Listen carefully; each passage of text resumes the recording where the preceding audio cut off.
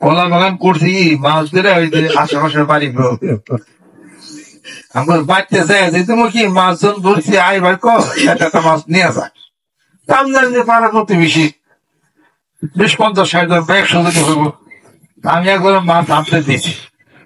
দেখ প্রতিবেশী যারা আছে তারা একটা করে নিচ্ছে পয়লা পুরুষ এসে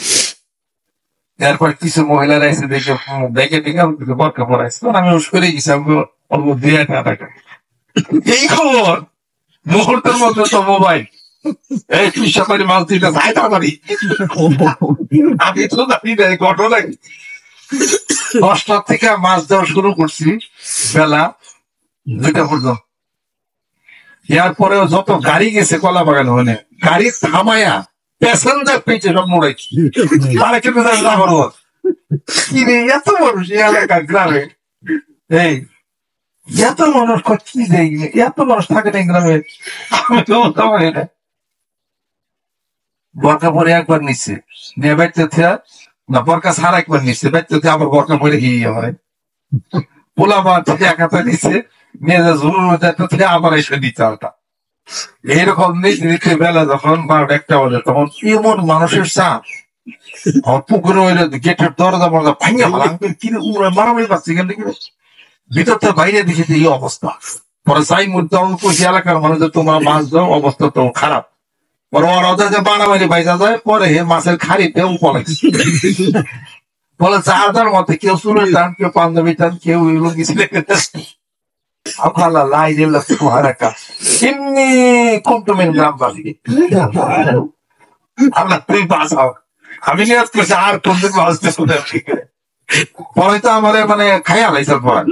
তাও তো 2টা মতো মাছ দেওয়া হয়েছে টানার পর যদি কি না হয়তো তাহলে আমার গাড়িগুলো ব্যাংকে তো গেট পেট সব ব্যাংকে হয়তো মাছ তো সব কি করে আলাইতো। আমাকে ঢাকা থেকে রংপুরে এক সাহেব গেছিল রংপুরে এক ট্রাকে গরিব মানুষের মালামাল দেওয়ার জন্য তুমি মনে করছে যে 1 ট্রাক মাল নিয়ে গেছে রংপুরের মানুষ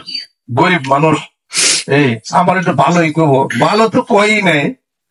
যারা পাশে লাইন করে সিরিয়াল দেয় মাল তো নিচেই ট্রাকের গ্লাস বাড়ছে তারপরে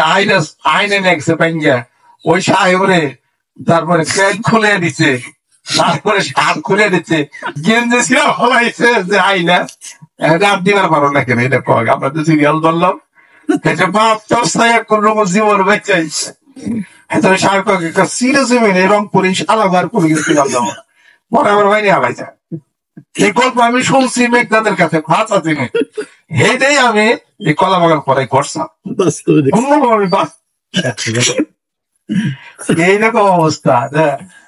যাই কিছু আর কি আল্লাহ বৃহত্তর খুশি বড় কোনটা যে কপালে ঘটে তার বড় খারাপ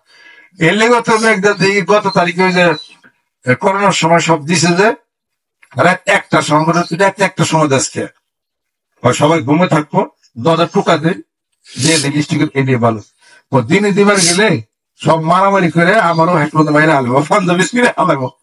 কারণ কি ওই রংপুর এক সাহেব গেছিল আর এই ঘটনাটা ঘটে তো আমি উঠলাম কিন্তু আমি যে মাছ দিবেন এরকম এটা তো জানতে পরে যাই কিছু জীবনে ভাবছি